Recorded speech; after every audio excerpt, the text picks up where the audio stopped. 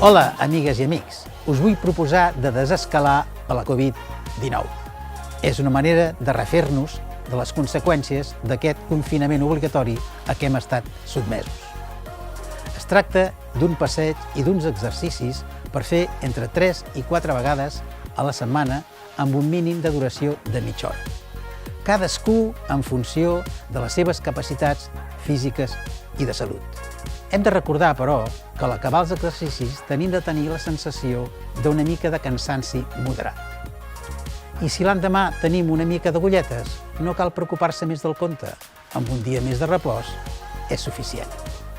Ànims i endavant! Ens en sortirem. Salut per tothom!